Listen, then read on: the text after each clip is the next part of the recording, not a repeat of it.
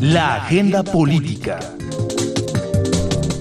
Ya está con nosotros aquí Fernando Ávila a las 9 de la mañana con 7 minutos. Es el tiempo del centro del país. Fer, ¿cómo te va? Muy buenos días. También muy buenos días. Excelente domingo. Hoy un poquitito más tarde, pero bien. Aquí andamos, sí, pero sin sueño, ¿no? Sin sueño, exactamente.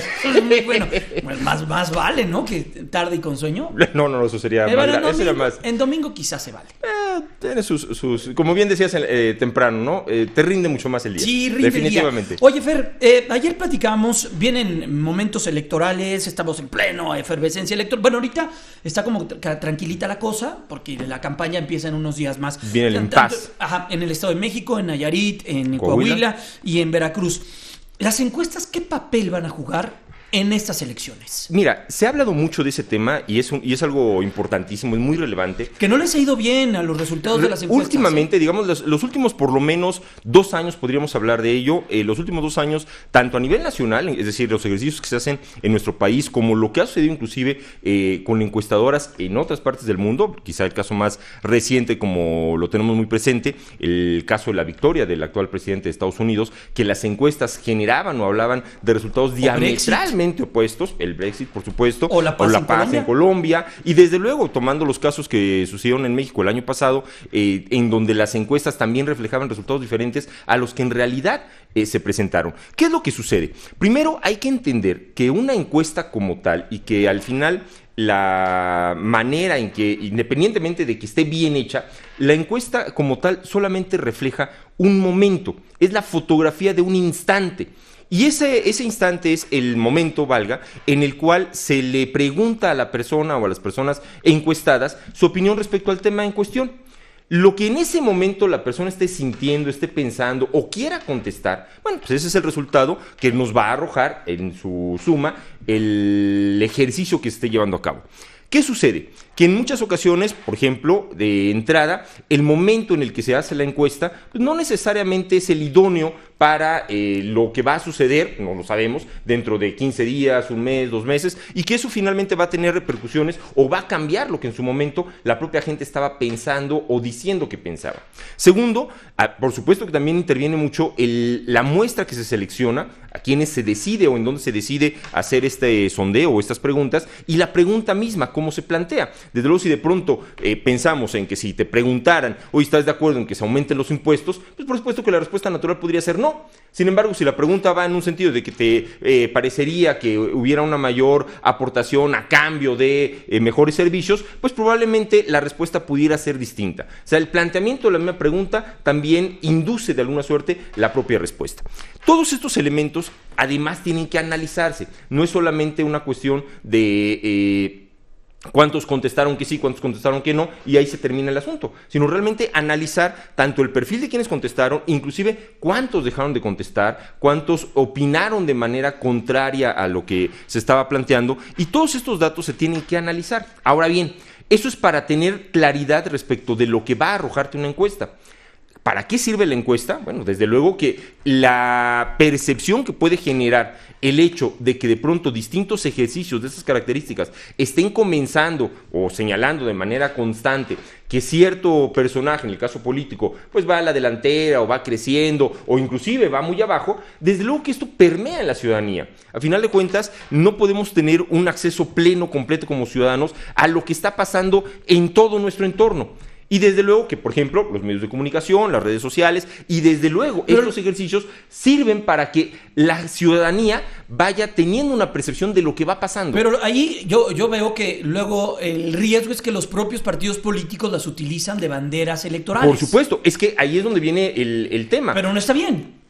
Está bien porque va ganando, pero también saber por qué va ganando. A ver, está bien en tanto la encuesta está bien hecha. O sea, si la encuesta es una encuesta seria, está bien realizada, está bien formulada y evidentemente me está dando ciertas ventajas, pues es lógico que yo publicite que voy arriba. Sí, como candidato. Como candidato, sí, claro. Desde luego que lo voy a hacer. Entonces, no, exactamente, no está mal. ¿Qué está mal? Que se le pervierta el uso que tiene la encuesta. Eso. ¿Para qué sirve la encuesta? Dijiste, La encuesta finalmente debe de servir como insisto, una fotografía para ir tomando el pulso de cómo van generándose las cosas en un tema electoral, de cómo va permeando, por ejemplo, la campaña, qué tanto impacto están teniendo los mensajes de ciertos candidatos o los propios candidatos, si hay errores, corregirlos, si hay temas que le están interesando mucho más a la ciudadanía. Bueno, pues, por supuesto, el poder abundar más en esa información, para eso debe servir la encuesta. Y desde luego, en una estrategia electoral, el poder definir o redefinir la ruta que vas a tomar. El problema, insisto, es cuando se pervierte esto y se empieza a utilizar, como dices, como bandera, y ya le rompes totalmente la seriedad y la utilidad a la misma encuesta. De manera tal que en ocasiones, ya hasta el interior de los partidos políticos no creen las propias encuestas. Pero el problema no es ese, es que finalmente sí van generando, en la medida en que se van conociendo, una percepción. Si comenzamos a soltar datos y de pronto esos datos empiezan a ser consistentes en diferentes plataformas, en diferentes canales de comunicación, en diferentes formas de transmitirlo, la realidad es que eso te va generando una percepción ciudadana. Y después cambiar esa percepción ciudadana sí resulta muy complicado. Y ya lo comentabas, pero ¿qué papel deben jugar los medios de comunicación? A mí me parece que este es un debate que todavía falta explorar mucho. Yo soy convencido... ¿Desde dónde? ¿Desde el INE? Desde el INE y desde la propia sociedad. O sea, estoy convencido que no se puede ampliar la democracia poniendo restricciones. O sea, no podemos apostarle a eso. Lo que nos ha... Pero si nuestra democracia... Aquí has hablado que nuestra democracia nace desde la desconfianza. Por supuesto, o sea... El sistema electoral o el sistema de votación que tenemos está anclado en eso, en una profunda desconfianza. Pero hasta de las instituciones. Los mecanismos de la credencial de elector, que lo hemos también comentado, lo ha comentado son carísimos, Arturo Sánchez, es una cosa carísima por un tema de mera desconfianza. Pero el punto es, no podemos apostarle a estar restringiendo lo que se puede hacer para ir perfeccionando nuestra democracia. Es decir, no se puede estar acotando lo que los medios pueden o no pueden decir o pueden o no publicitar, en este caso particular, por ejemplo, de las encuestas, porque eso es apostarle a minar lo que podemos ir construyendo con una democracia mucho más perfectible. Es decir, debemos de comenzar a entender, en el sentido político, se debe de empezar a entender al ciudadano como un individuo pensante, que razona, maduro, no al que tienes que estarle cuidando absolutamente de todo, pero no se vaya a confundir, no vaya a creer. Si promueves ley seca cuando hay una votación, si promueves que no puede haber la votación mensajes. En los domingos, hay muchas entidades en donde el domingo, a partir de cierta hora, ya no te venden alcohol, porque bueno, no vaya a ser que no seas capaz de controlarte y mañana y el lunes no vayas a trabajar. Sí, me ha tocado ver eso.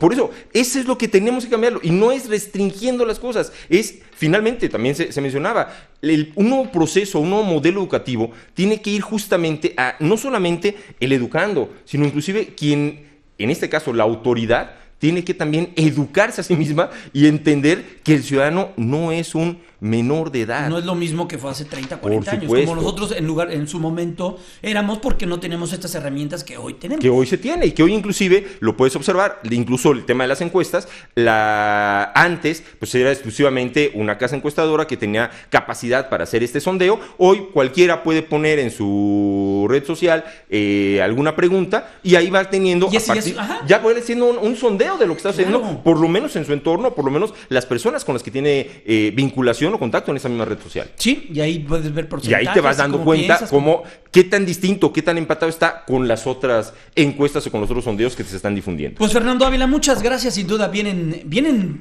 tiempos muy interesantes. Estamos prácticamente a 15 días ya del arranque, poco menos, una semana y media de lo que sería el arranque formal de las campañas, y sin duda alguna habrá mucho Oye, que hablar. Y ahorita que estamos hablando de encuestas, ayer platicábamos con Adrián Villegas del Gabinete de Comunicación Estratégica y nos decía un poco y nos argumentaba y nos traía con datos que lo que luego mucho se llama o se dice de que en el Estado de México es la elección madre, la elección que plantea a dónde va la federal del 2018 en el campo de presidencia, pero ayer con datos, cifras, pues no es del todo cierto. Lo que sucede es que se toma esta referencia, primero se tomaba mucho porque nunca... Padrón electoral, ¿no? En el antecedente, pues el PRI nunca había perdido la presidencia hasta antes del 2000. Entonces, bueno, por supuesto que lo que pasaba en el Estado de México se podría replicar en la federal. A partir de que sucede esto en el 2000, la realidad es que sí es una elección importante por el número de votantes. Es el padrón más grande del país y eso sin duda alguna tiene un reflejo significativo. Y segundo, además de ser la entidad más grande en cuanto a votantes, es justamente un año antes de la elección presidencial. Entonces te da igual un termómetro muy bueno del sentir ciudadano en una entidad que aporta muchos votos a la elección y que, bueno, sí te puede tener alguna tendencia hacia el siguiente año. Por ejemplo, en la elección del Estado de México del 2011. El Partido de Acción Nacional, que era la fuerza gobernante, se va a tercer lugar, sí, con un 12-11%. Por supuesto, sí, porque había un desgaste natural y eso de alguna... Y Erubiel gana con un gobierno del actual presidente Enrique Peña Nieto, siendo gobernador del Estado de México, gana con un índice arriba del 60%. Por supuesto, sí. Por eso digo, te permite dar una idea, una visión muy cercana a lo que al sentir de la ciudadanía en ese momento y que se puede reflejar un año después, pero finalmente en un año pasan muchas cosas. Pero la elección es la elección, ¿no? Y ese día es... Ahora sí que, parafraseando, si la elección del Estado de México es la madre de las elecciones, la elección como tal es la madre de todas las encuestas. Ándale, bueno, y esa es una palabra muy utilizada por los analistas y los encuestólogos y todo. Pero bueno, se pasa porque es domingo. Pues se vale. Y son las 9:18. Además, gracias, Fer. Un gusto, Jaime. Que estés muy bien, extraordinario excelente fin de semana. Día. Vamos, y fin de semana largo además. Además, hay mucha gente que lo aprovechó. Vamos a una pausa, 9:18.